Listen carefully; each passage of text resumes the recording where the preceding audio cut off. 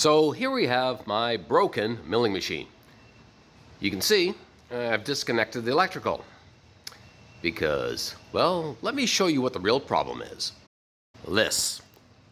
That is a phase converter. It takes single phase in, puts 3-phase out. It has a lot of nice little features, like you can control the frequency, all kinds of things.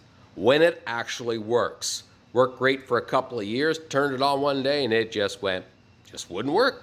Wouldn't turn on, wouldn't do anything. It was dead. And I'll tell you what, I'll put this in, and if you guys in the comments can actually look at this and let me know what broke on it, please let me know. Other than that, being circuits and complication, and I'm thinking, no. I got a very simple fix. 220 volt motor. This one is reversible, even though it's got the wrong cord on it, because you can run it on 110. What I got to figure out how to do is to adapt this, the type of mounting flange, to take the place of that. And that is going to be the project for this video. If you guys got this sort of problem where you want to put a 220 motor on a 3-phase 600 volt unit, yeah, keep watching.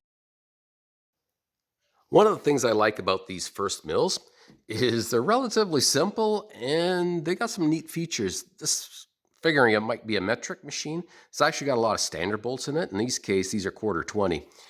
Now this is the cap that came off of here. And what I've done is I've reversed it and put some long bolts in it, because what I need to do is I need to compress this spring because I got to get that snap ring off. There was a bearing on here and it actually came off fairly easily just by using a pry bar. I was quite impressed. So this is kind of important to note because at some point we're going to have to make a jack shaft, and it's important to get the fit right, because what we don't want to have to do is to try and pry this thing off if we ever have to take it off. So ideally, we want a transition fit or a slight bit of clearance. So if we ever have to take the bearing off again, it won't be an issue. All right, getting back to our little contraption here, is what I want to do is take some of the tension off of it so I can get at the snap ring and pop it off. Now, this is not the ideal setup. If I had a proper compressor to try and figure it out, so we made a proper compressor to compress it completely and then let it off slowly so it won't explode. Well, we might have some exploding factors here. I'm not sure when I take these things out what's going to happen. Well, we can do a little experiment, see what happens. Let's see what if I just pop this out by hand. Yeah, so it's under a bit of pressure, but not a ton of pressure. You saw how easy I pulled that out. I guess we're going to find out. Let's give you an idea of what we're up against. First problem I ran into is this pulley is seized right on the shaft, like it ain't coming off. So it was actually Brother Ted who had the bright idea. Why not just piggyback the motor onto the motor? Because there's no electricity running into it, so it's not going to do any damage. And it's already got nice little bearings, got the right shaft to it. Just a question of, I got to machine a coupler that's going to fit from here to here. To actually fit one on top of the other one, so I took this off, is I got to make some standoffs from tubing. So I can actually put standoffs on here, longer bolts, and a plate. Plate mounts up, plate comes across here, and then some reinforcing plates on the side. Basically make a bracket for mounting this onto this. Simple.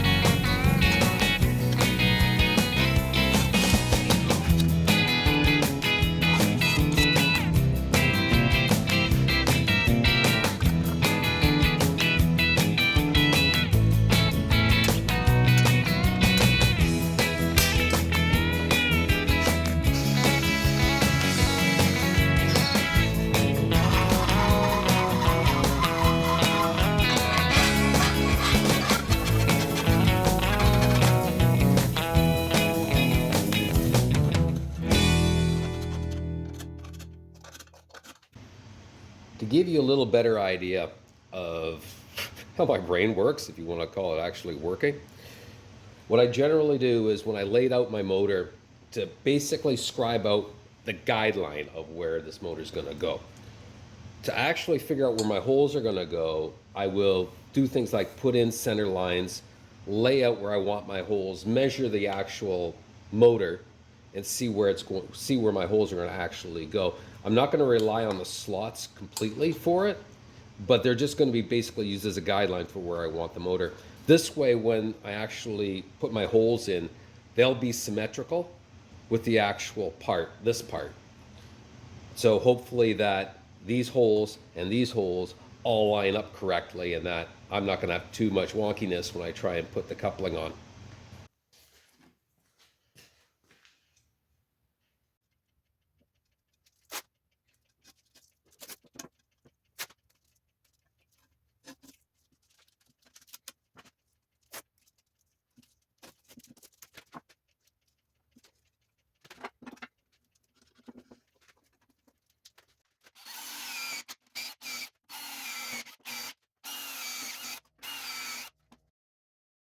Let me show you new coupling I made up. Now, I thought about filming this, but I was in the middle of two projects. My son was here. We're working on the rat bike. So getting filming was going to be a little problematic. Plus the fact I probably broke a few safety rules in the process of making this, and I really didn't want you to see that. So I'll just go over what I had to do, because I had to do it all on the drill press and on the lathe, because obviously no milling machine. So I started with laying it out and putting my cross holes in, and I used a flat bottom drill to basically counter bore it. And it was once I locked the drill press up, it didn't move around too much, but I could realign it if need be. The idea being is I'm drilling through halfway, drilling and tapping the other half of the way through, and the counter bore for the head of the set screw. The idea being, now the reason I had to do that first before I put the hole in is because I didn't like the idea of trying, it was enough trouble trying to drill half a hole through here. That's not fun. So by putting the holes in first and then drilling and boring this out for the shafts. Now, the next plan of attack, as you can see, the keyway is pretty much mush on here. So that's kind of useless. So my plan is if I put this on, and there's two different sizes obviously because two different shaft sizes. I put this in until it's about flush with that. So this way, once it's on, I tighten this side up. And the next thing I'm going to have to do, I'm not sure if the camera can focus on it. We'll find out. Oh yeah. You can see through the light underneath, we've still got the shaft we're going to have to drill out. And I think my little trick on that one is I'm going to grind another drill the same size as that hole, but I'm going to make it flat bottom. This way it's not going to want to wander as much, and I'm just going to use it like a mill, whereas the coupling itself keeps the drill mill somewhat straight. So all I want to do is nibble out that, so when I put the bolt through it, it also acts like a keyway, or like a key, where it's actually, the best way to describe it is like a cotter pin, to keep it from turning in case it does get loose. I do it on this side, and I clamp this down, and then I put the shaft in on this side with the rest of the motor and do the same thing. So it's all one complete unit. Then I can finish off the rest of it so everything will be in alignment.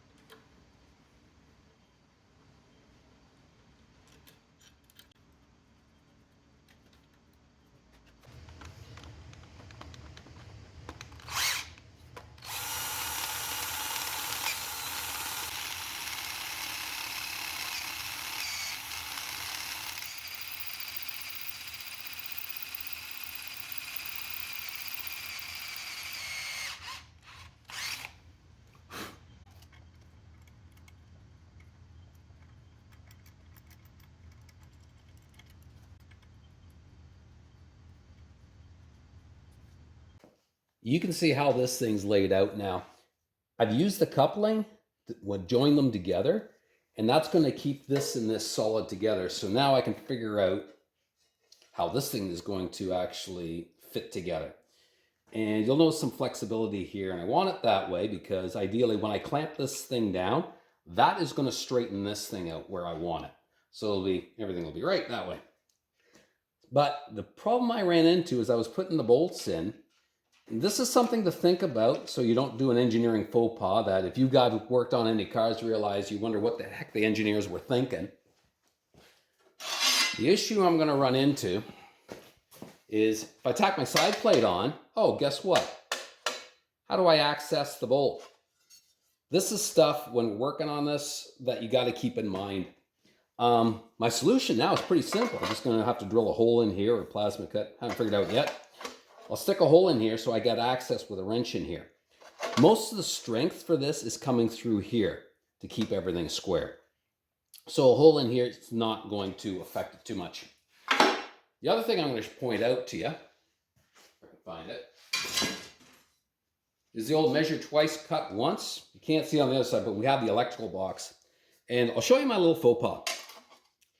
I actually had this notch over here, but I guess when I designed this, I didn't take into account where this motor is actually really going to sit with this. And that's when I realized, oops, maybe I should have waited to cut the notch out until after I got the motor mounted. Yeah, that would have been the right thing to do. So I ended up just cutting another little piece, filling it in here, because I still want to keep as much strength in here as I can. And this way the box now sits where it's supposed to sit in relation to this.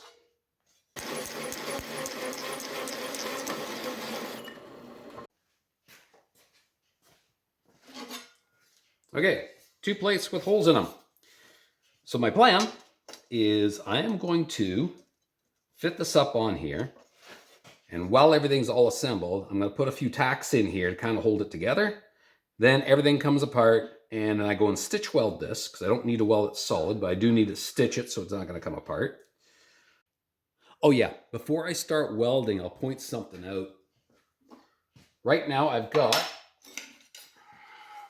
a magnet in here to kind of hold it in place because it's really kind of awkward to clamp everything to it, so the magnet's easier. I don't like welding with magnets. I've noticed with this, the bigger the magnet, the more it really can mess up the arc, and I just find nothing but difficulty with it. Little tiny magnets, not a big deal, but when you get these big ones in here, they can be problematic. So I'll be okay for a few tacks, but I have to keep my tacks away from this thing because, yeah, I have my experience, it's messing. Your experience may be different, but mine, yeah, I've had problems with it in the past, so I'm not going to have those problems today. And here we go. That's all I need. And the other thing I got to do yet is scrape the splatter and then fit everything all back together again.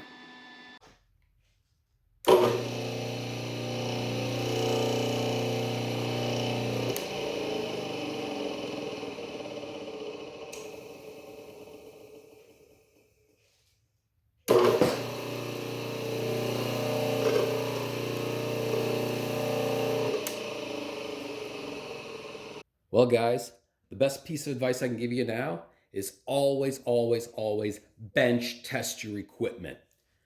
Could you imagine having this thing hanging up in the air there and then discover something screwing up?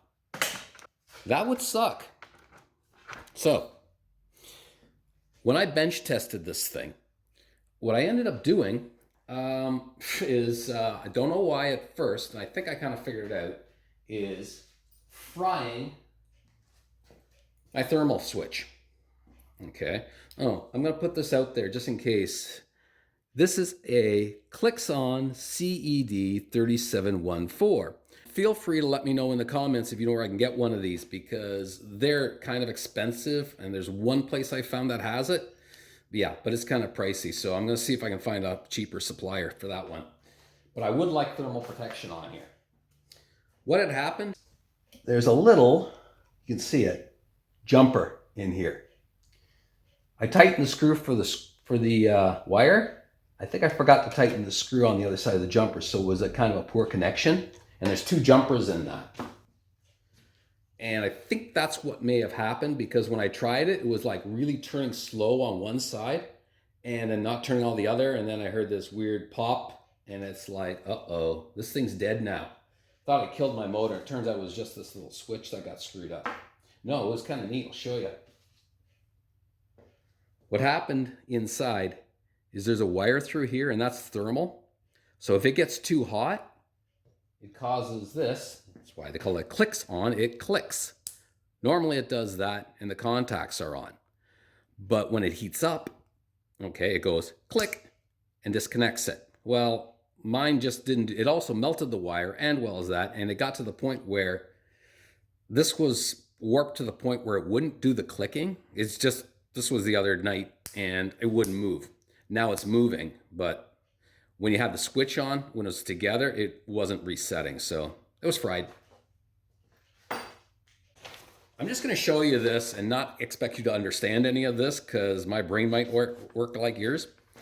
But trying to figure out how the switches work, what connections make, how the wires got to hook up. So to save you the trouble and aggravation, here's the schematic I came up with. Most motor terminals are labeled with numbers on them. Some have colors. The switches are usually fairly standard how they work.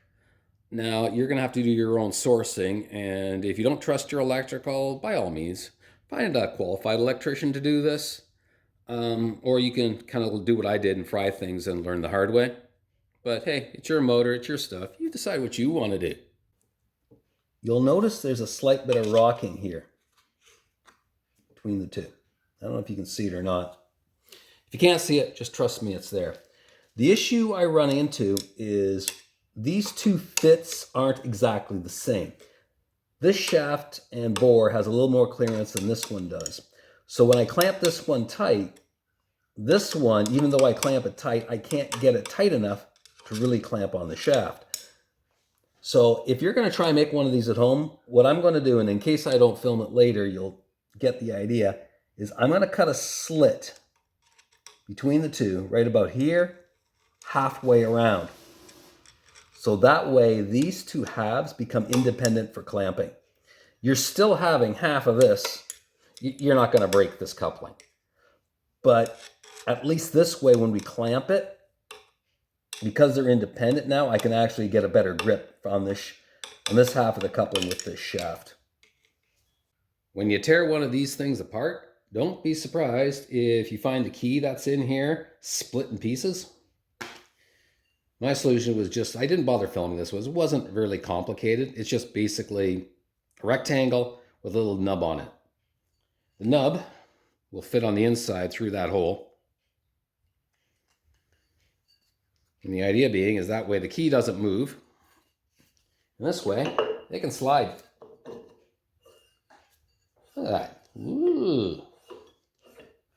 I will point out something really interesting what First did. First, the machine that is because you got this silly spring on here, which you kind of need. And the way they designed it with the cap, you'll notice I've got some screws in here. These are 1/4 inch. And had I known this, when I was taking it apart, it would have made life so much easier. But the nice thing is with this, we can actually run the studs up and run nuts up to actually tighten the spring on for assembly. That should make life a whole lot easier. I didn't really plan on showing this part of it, but it might be a bit of a comedy of errors, because this is the most pain in the butt part of the job. Getting that motor in wasn't so bad, but putting this unit on. I'll point out that the nuts on here, I did remember to put the lock nuts on, but they're not tight yet. They're just kind of on there to keep the motor from falling off. Now the trick is going to be putting this unit, once I got the shaft on, the rest of it's a piece of cake, putting spacers in and whatnot. But on this particular part of the job, yeah, it's trying to put this thing on there without hurting myself in the process. And that's not going to be that easy. Again, usually an extra pair of hands would help. I only got 2, so that's what I'm stuck doing. So try not to laugh too hard if I fall down.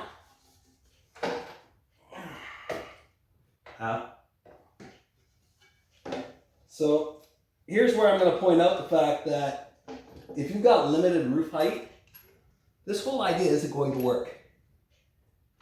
All right, let's see if I can get. Now that drops on.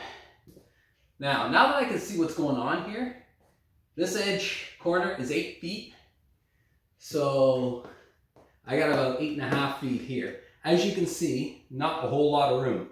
So if you're tight for room, you may have to rethink how you're going to do this. Figure out how to eliminate this center section. But as you can see, it's on. We just got to get the rest of it out there. Piece of cake. It's alive! Yeah, if you're doing this at home, highly recommend going with the rubber mounting. It probably kind of I would hate to see what would happen if this was all rigid. If you can't get rubber mounts, I know they are commercially available. You can get couplings with rubber inside, which would probably dampen vibration as well. The important thing is it does work. It'll do what I need it to do. And it cost me $0, which is a bonus. So I got lucky this time. Turns out the motors are actually matched for RPM, 1720. If it was WRPM, that could be a bit of a problem. I'd have to figure out what to do with the dial. This should be fun. But I don't have to worry about that one. What I did have to do was take my tack out and calibrate, see where we're at. Turns out I had to move my disc quite a bit. Now, funny thing, the phase inverter I had, normally we run 60 hertz. I had to run it at about 48 hertz to get the RPM to align with the gauge. So that kind of tells me there's probably something going on in here that's causing the speed to be off, but I haven't figured out what that is. Don't know when I'm going to figure that out. Future Bob's problem. But the problem I've got now is when I run this thing as low as I can go, on high speed I can go down to 750 RPM or so. And my low speed goes up to about 580. But I'll show you something. If you turn this up, you can see how much I had to move the dial. Is once we're getting into low speed 580, I can keep moving on the dial. I suppose I can put some scratches on here.